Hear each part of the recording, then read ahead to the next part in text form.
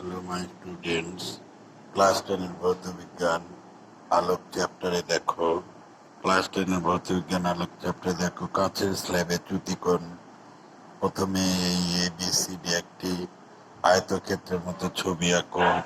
তারপরে এই চিত্রটা আঁকার চেষ্টা করো, আমি যেরকম এঁকে দিয়েছি। হ্যালো মাই স্টুডেন্টস, প্রথমে আপাতন কোণ I1, আপাতন কোণ প্রতিসরণ কোণ R1, কাঁচ ও বায়ুর সংযোগস্থল আপাতন কোণ I2, প্রতিসরণ কোণ R2, কাচের প্রতিসরাঙ্ক কাচের প্রতিসরাঙ্ক কাচের প্রতিসরাঙ্ক mu sign I1 sign R1 সমান মিউ। আর বিন্দুতে সাইন R1 বাই I2 সমান 1 বাই মিউ। 1 আর 2 গুণ করে পায় 1 নং ও 2 নং গুণ করে পায়। গুণ করে দেখো উপর নিচে কোনাকুনি কাটা গেল, মিউ মিউ কাটা গেল। Sign I1 by sine I2 সমান 1। এবার কোনাকুনি গুণ করলে সাইন সাইন কাটা I1 সমান I2।